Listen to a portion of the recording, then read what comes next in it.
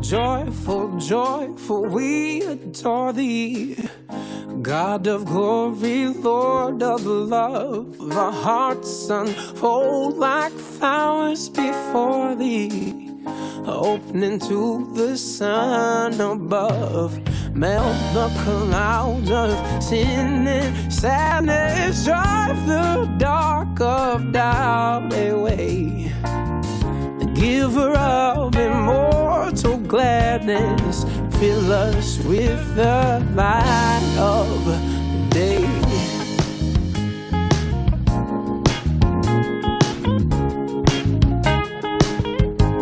Bueno, lo habíamos anticipado y es un honor, un placer enorme a este cordobés de pura cepa, que la verdad es que nos hace sentir tan orgullosos de su mente, de su pensamiento, de esa construcción que hace cuando escribe y cuando habla. Estamos hablando del señor Agustín Laje. Quiero hacerlo rapidito porque no tengo mucho tiempo y además porque hay que ser conscientes. Está en España en este momento y tenemos muchas horas de diferencia. Y bien, si bien acá son las 7 de la tarde, 7:11, en España son las 11:11 de la noche, horario de estar en la cama, me imagino. Pero bueno, después de un día arduo que todo el mundo ha querido tener su palabra, tiene la deferencia de charlar con nosotros en Dale que va. Muchas gracias, Agustín, de verdad.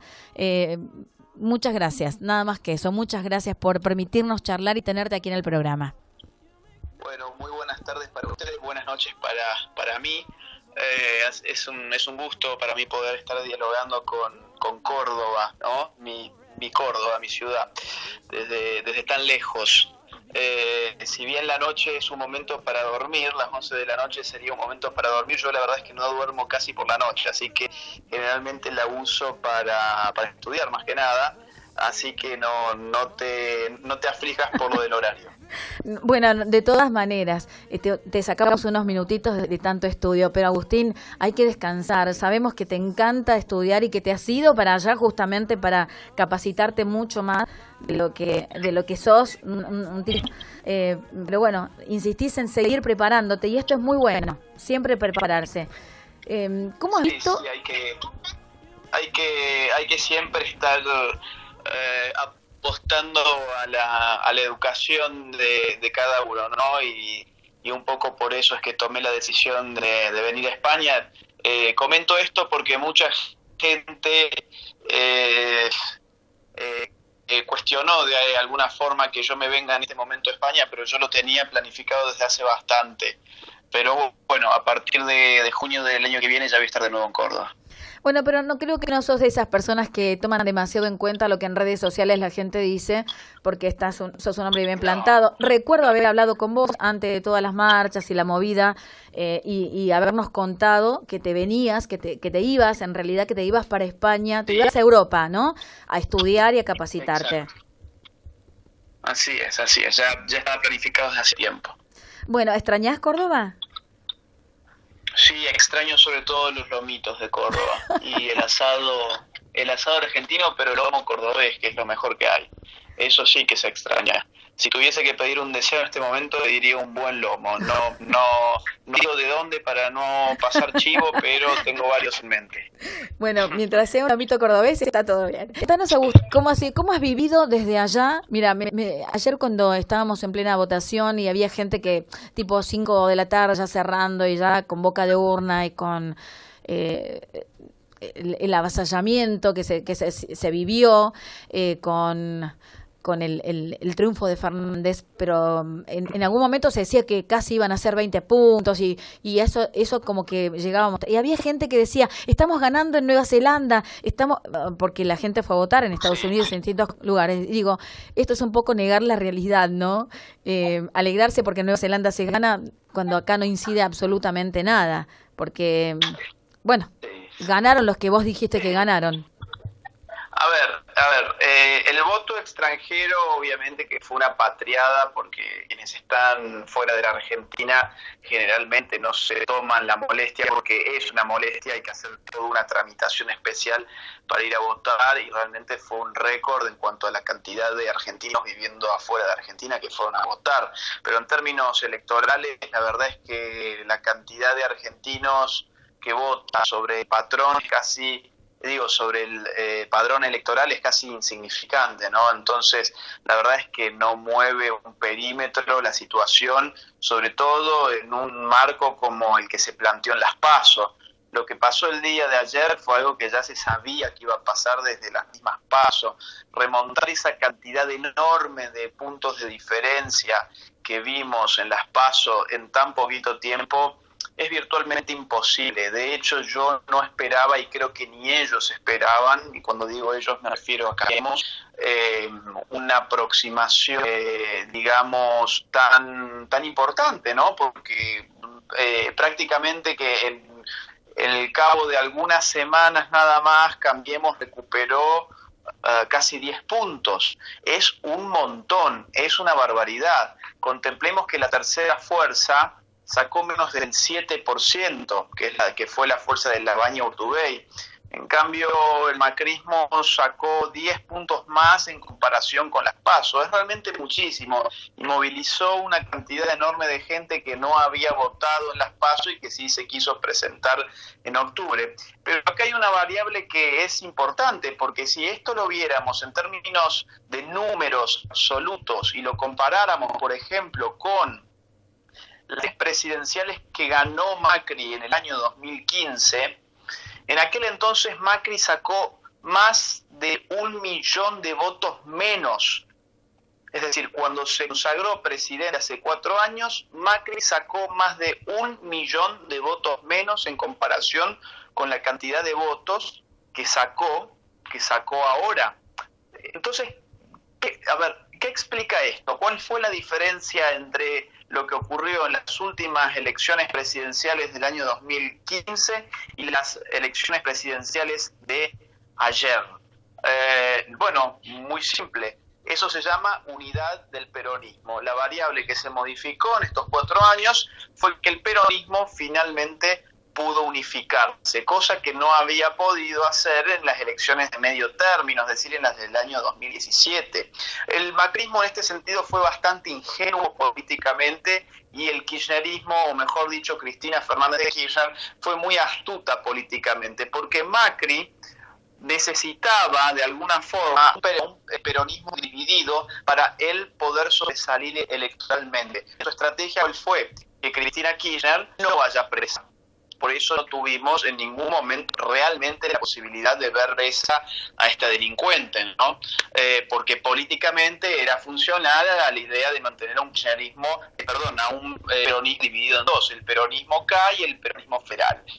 Pues bien, este esquema se cae en 1000 pedazos cuando Cristina Kirchner tiene la astucia política de ir por la vicepresidencia, cosa que prácticamente nadie esperaba, por eso sorprendió tanto, y dejar el lugar de la presidencia a un tipo como Alberto Fernández, que había sido del riñón de Néstor Kirchner, pero después fue enemigo íntimo de ella, pero que tiene una buena relación con el peronismo en general y que pudo desde luego acercar a Sergio Massa. Entonces esa unidad del peronismo es lo que explica más que nada, a mi juicio, más que la crisis económica, más que cualquier otra política, lo que más explica el triunfo de ayer de Alberto Fernández ha sido la unidad del peronismo.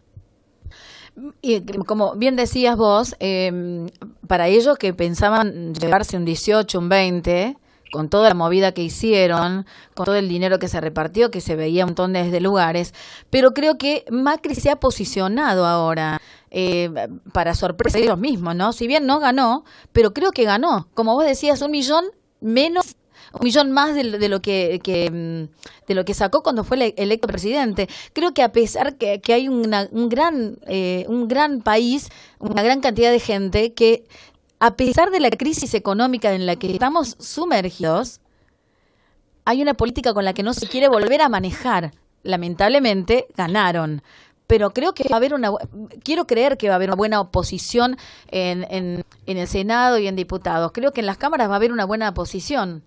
¿Pensás que tendrá la capacidad Macri de hacer una buena oposición? Mira, efectivamente, digamos, el festejo del búnker de Alberto Fernández tuvo todos los colores de ocasión. Fue un festejo que uno podía percibir la alegría de la gente que Fernández, y por eso estaba por televisión. pero a ciencia cierta no hay demasiado de lo cual alegrarse, porque en política las victorias y las derrotas son siempre relativas. No es como en el fútbol, que ganaste un partido y lo ganaste, no hay mucho más que discutir. En política ganar o perder siempre está en función de la situación inmediatamente anterior en la cual vos estabas. En el caso de Macri, el hecho de que ya se supiera que no iba a poder conservar la presidencia, no iba a poder ir a una segunda vuelta, en todo caso fue una derrota, no tan derrota en la medida en que puede ahora mantener el dominio, por ejemplo, de la Cámara Baja. Juntos por el Cambio metió 120 digamos, bancas en la Cámara Baja, ¿no? En la Cámara de Diputados, mientras el kirchnerismo metió 110 bancas. O sea, a ver, perdón, no es que metió, sino que actualmente la configuración del Congreso está en esos números. Hoy la mayoría, entonces, del Congreso, de la Cámara Baja, mejor dicho, es, por ejemplo, del macrismo, y eso obviamente va a representar un desafío importante para Alberto Fernández, que no va a poder hacer como solía hacer Cristina Kirchner luego de su 54%, que utilizaba el Congreso como una escribanía pública de su gobierno, ¿no? Entonces, yo creo que Alberto Fernández esperaba ganar por mucho más, y que ese ganar por mucho más le diera un control absoluto sobre los poderes del Estado. En este caso no va a poder tener ese control absoluto porque efectivamente en el Congreso la cosa ya no pinta bien para el kirchnerismo. Ahora bien, Macri podrá liderar la oposición. Eso. Yo a Macri lo veo muy desgastado. O sea, objetivamente sí estamos viendo, o sea, el dato objetivo es sí, puede liderar la oposición, tiene la mayoría en el Congreso, etcétera, pero subjetivamente yo te diría, yo lo veo muy desgastado. Macri no es un animal político. Tengo un diputado, amigo, bueno, ya no es más, sino que fue, digamos, estoy hablándote del año 2013, él era diputado en aquel entonces, y yo me acuerdo que una vez le consulté, bueno, ¿qué tal es Macri? ¿Qué tal es Massa? Porque eran los tiempos de Massa, ¿no? Massa en el 2013 fue el gran líder de la oposición de alguna forma. Y me dijo muy simple, me dice, mira, con Macri te juntás a comer un asado, hablas 5 minutos de política y el resto es fútbol, fútbol, fútbol, no hay otro tema. Con Massa podés estar hasta las 6 de la mañana hablando solamente de política. Macri es un empresario y es un tipo que es aficionado al fútbol. Llegó a la política por distintas circunstancias, pero no es un animal político. Nadie de los que han estado en su núcleo duro son animales políticos, salvo Monzó, por ejemplo, puede ser, pero toda esta gente, fíjate vos que no pudieron tender alianzas ni con Gómez Centurión, ni con Espert, ni intentar de acercar a la Baña y tratar de ampliar un poco más el asunto. Yo creo que también fracasaron por eso mismo, porque no pudieron lograr alianzas reales, ¿no? O podrían haber intentado hacer la misma alianza que hizo el kirchnerismo con Massa, podría haberlo hecho Cambiemos y hoy hubiera ganado las elecciones. Entonces políticamente fracasaron. ¿Por qué? Bueno, porque en general no son animales políticos. El peronismo sí está lleno de animales políticos. Entonces, ¿a qué voy? Como para resumirte, ¿puede Macri liderar la oposición? Objetivamente sí, porque dispone del número que necesita para constituirse en líder de la oposición en el Congreso, por ejemplo. Ahora bien, podrá hacerlo en términos subjetivos, le va a dar su personalidad, le va a dar su ánimo, le va a dar sus intereses actuales. Yo no sé cuáles son los planes de vida de los próximos años de Macri, pero bueno, yo en principio lo pondría en duda, ¿no? ¿Vos, cómo se constituye esta alianza de Cristina Fernández Massa? Estamos hablando de bueno, dicen que no hay fernandistas, pero ponele que sean fernandistas o albertistas. Está la cámpora y está el masismo. Este romance, esto es un pensamiento que tengo hace días, digo, ¿cómo le van a hacer? ¿Le van a facilitar la cámpora? ¿Le va a facilitar al albertismo o a Fernández realmente liderar el espacio? ¿Cómo se va a manejar viendo los bueyes con los que se trabaja, ¿no? Con los bueyes con los que uno ara? Porque Massa es una veleta que ha ido de acá para allá, hablando pestes de uno y pestes del otro, y ahora está liderando. Es una fuerza importante y fuerte dentro de esta trilogía. ¿Cómo pensás que va a ser el gobierno de Fernández a lo largo de estos años? Pienso que el peronismo en general es una veleta en sí misma, ¿no? Es decir, podemos pensar en cuanto a lo que ha hecho Massa y efectivamente vamos a encontrarlo de acá para allá de acuerdo del año de que se trate. Pero lo mismo podemos hacer con Alberto Fernández, lo mismo podemos hacer con Cristina Kirchner, lo mismo podríamos hacer con Néstor Kirchner. Digamos, toda esa gente en general va hacia donde el poder llama. Y no así yo creo la gente de la cámpora, cuidado. La gente de la cámpora no solamente la veo persiguiendo poder, sino además que es una juventud muy ideologizada, que le han hecho creer que son herederos de la juventud de los 70, de aquellos terroristas que atacaron a la Argentina en aquellos años, y digamos que realmente muchos de ellos se lo han creído así, y se ven a sí mismos de esa forma, como una suerte de mini montoneros del siglo XXI, una cosa bastante paródica por otra parte. Pero ¿cómo va a serle Fernández? Bueno, eso sí que va a ser divertido, va a ser para verlo desde el sillón con pururú, como decimos los cordobeses, ¿no? Pochoclo le dicen en Buenos Aires. Va a ser, digamos, un espectáculo digno de verlo en pantalla grande, porque efectivamente ya en el día de ayer hubo un gran ofendido que fue Massa porque no se lo nombró, y a Massa no solamente se lo tendría que haber nombrado, sino que rendirle pleitesía, porque de no haber sido por él, eso es un tipo que arrastra por lo menos 5 o 6 puntos, la victoria que tuvo ayer Fernández hubiese sido, digamos, yo la hubiera puesto en duda, ¿no? Entonces él está ofendido. ¿Qué va a pasar con la cámpora? ¿Cuál va a ser el rol? ¿Va a tener el mismo rol que tuvo durante el kirchnerismo? Porque la cámpora, seamos sinceros, es el núcleo duro del cristinismo, y Alberto Fernández está rodeado de puro cristinismo. Y bueno, yo creo que se van a empezar a sacar los ojos, ¿no? Y en general la historia del peronismo es la historia de las traiciones. Si vos te pones a ver, por ejemplo, Néstor traicionó a Duhalde, Massa traicionó a los Kirchner, Alberto Fernández en algún momento los traicionó también. Nada quita que ahora no pueda traicionar Alberto Fernández a Cristina Kirchner, que hay que ser francos, quien puso a Alberto Fernández allí fue, con una astucia política impecable, que es lo que acabo de comentar, ella. Ahora bien, él se puede desembarazar de ella, bueno, ella muy astutamente también lo ha rodeado de su gente, y además una persona del núcleo duro del cristinismo como es Axel Kicillof, claro, está ganó ampliamente en la provincia de Buenos Aires como gobernador, sabiendo que la provincia de Buenos Aires es el factor de poder número 1, políticamente hablando, de la Argentina. Exacto. Entonces, va a estar difícil. Digamos que no va a ser fácil.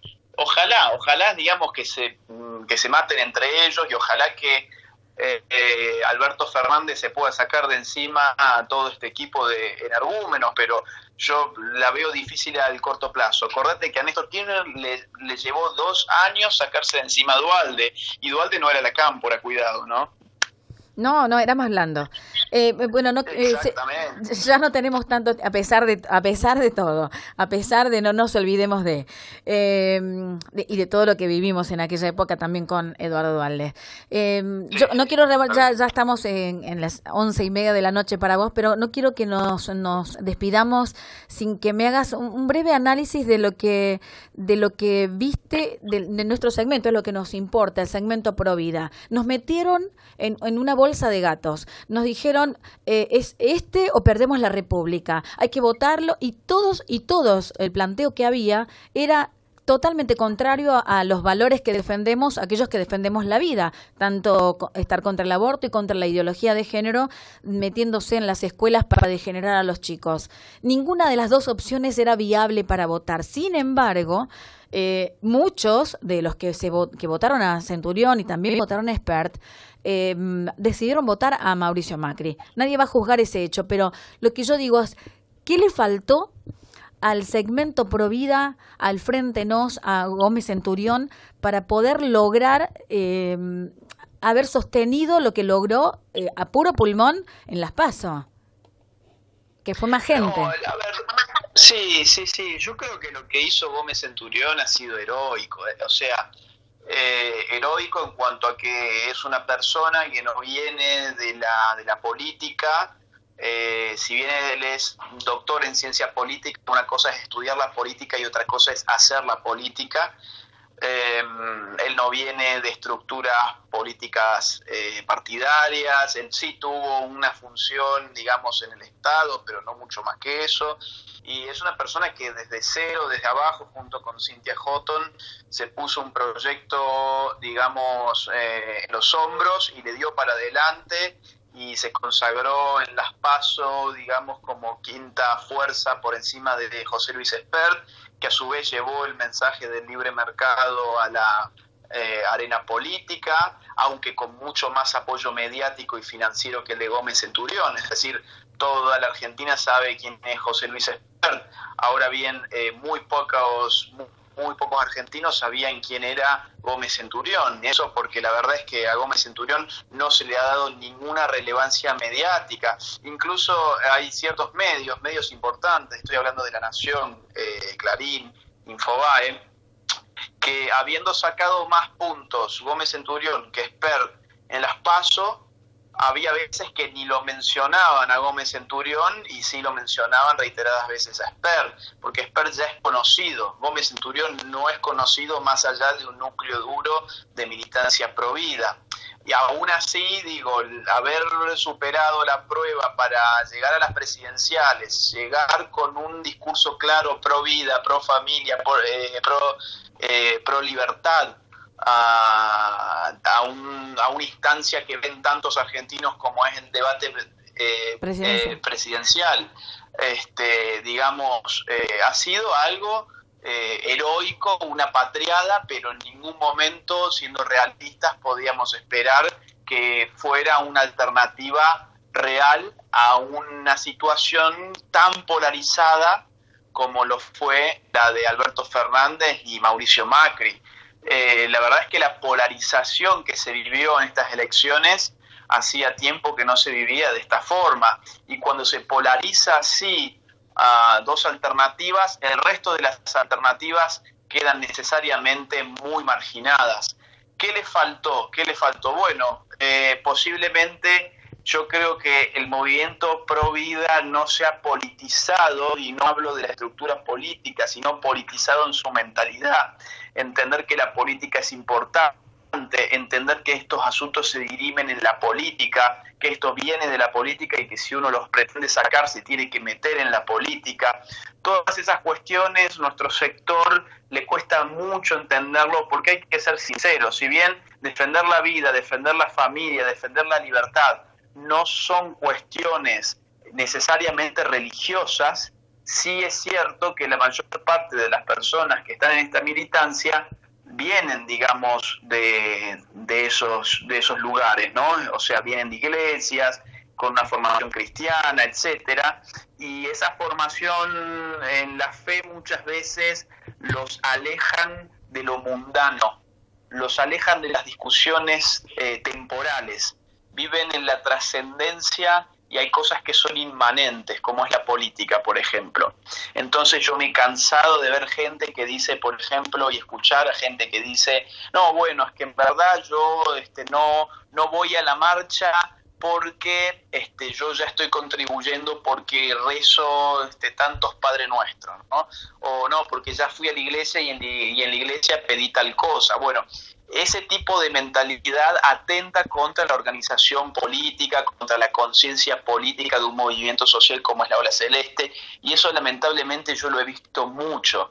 Entonces, digamos que las fallas estructurales de los movimientos pro vida no tienen que ver con cómo hace las cosas Gómez Centurión o Cynthia Houghton, sino todo lo contrario, tiene que ver por ahí con los liderazgos religiosos, los pastores, los curas, que hay muchos que sí atienden a la dimensión política y tratan de que sus fieles se formen políticamente, se interesen por las cuestiones políticas, etcétera, pero hay muchos otros que no, hay muchos otros que venden, y esto yo lo he escuchado un montón de veces, que estas cosas se resuelven yendo más a la iglesia, ¿no? Y eso obviamente no es así.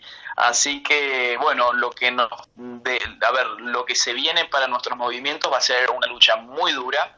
El gobierno está determinado, el gobierno que viene está determinado de verdad a legalizar el aborto. Tienen muchas probabilidades de legalizarlo, a menos que realmente la revuelta que se arme en la Argentina sea de magnitudes históricas, es decir, tendría que superar con mucho las movilizaciones del año pasado, no solamente cuantitativamente, sino también cualitativamente, porque si no, hay muchísimas probabilidades, lamentablemente, de que el aborto se legalice probablemente el año que viene. Bueno, es fantástico tu análisis y coincidimos absolutamente con todo lo que has dicho, Agustín. Creo que también firmemente que necesitamos más cristianos comprometidos con la política. La política no es mala, son malos lo que la han hecho hasta ahora, la política basura, pero cuando la política sirve al propósito de la sociedad, hay que meterse al barro y ensuciarse los pies y darle para adelante para poder marcar un camino diferente. Necesitamos representatividad de valores en estos dos lugares, como los diputados y los senadores. Ojalá te tengamos con esa posibilidad, Agustín. Lamentamos mucho de que los dirigentes pro vida no te hayan visto, si bien vos querías irte a estudiar, yo decía, alguien lo tendría que convencer para que podamos tener la posibilidad, porque sos aguerrido, sos un peleador, pero además sos una mente brillante, que perdón que te tire todas estas cosas que te diga, y no sé si te van a incomodar, pero te admiramos sinceramente tu pensamiento. Podemos disentir en algunas cosas con vos, o modos, podemos disentir, sí, pero coincidimos absolutamente en lo básico del pensamiento y en la línea general. Creo que va a ser muy difícil para el año que viene, pero también creo que nosotros también tenemos que endurecernos. Ya basta de tibiezas y basta de decir no vamos a gritar tan fuerte para no molestar, que esta vez nos tenemos que hacer oír y en serio, que nos tomen en cuenta en serio, porque lo que nos va a pasar es muy grave. Exactamente, vamos a tener que buscar formas que sean llamativas, porque el año pasado ya nos fue muy bien, digo, con las manifestaciones, pero no podemos repetir el mismo esquema, porque seguramente del otro lado no van a repetir el mismo esquema. Entonces, el año pasado estuvimos muy a la defensiva. Nosotros si esto era un partido de fútbol, nosotros teníamos a los 11 jugadores en el arco intentando de que no nos hagan goles, pero no teníamos a nadie para hacer un gol adelante. Bueno, esta vez ya no podemos seguir así.